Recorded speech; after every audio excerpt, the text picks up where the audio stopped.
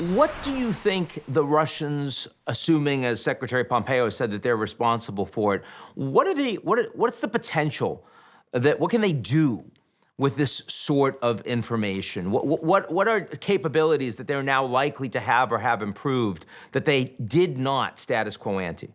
Well, if one assumes that this was espionage, then the Russians know a lot more about people like you and me, or people in government, or our capabilities, or what we are talking about within government, or within some of the more sophisticated elements of the private sector.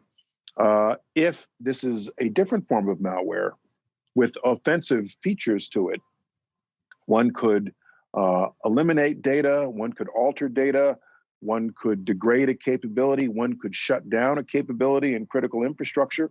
Frankly, the possibilities are enormous.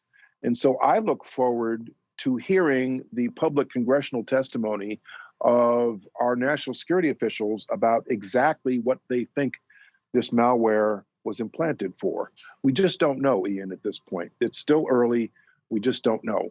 One thing that the public should be most upset about is just weeks before this attack was discovered, President Trump fired our government's senior cybersecurity official, Chris Krebs, who by all accounts was doing a good job as an appointee in the Trump administration. He was the head of CISA, which is part of DHS, and by all accounts was doing an excellent job. He was doing exactly the job that a president should want someone in that position to do. But he was fired because he was not on the same page in terms of the election outcome. And so CISA, the agency of our government principally responsible for our cybersecurity, is leaderless right now at a moment of great stress, in a moment of cybersecurity crisis. And rightly, over the last 4 years, state election officials, along with the Department of Homeland Security, did a lot of good work to harden the cybersecurity of state election systems, voting, voter registration rolls.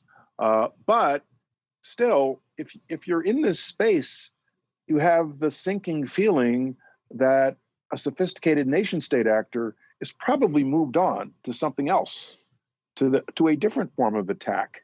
And they did what they did in 2016. So now we need to be worried about what it is they're going to do in 2020. That's totally different, totally new, different victims, which is why I said earlier, I used to tell my people all the time, think about the next attack, not the last one.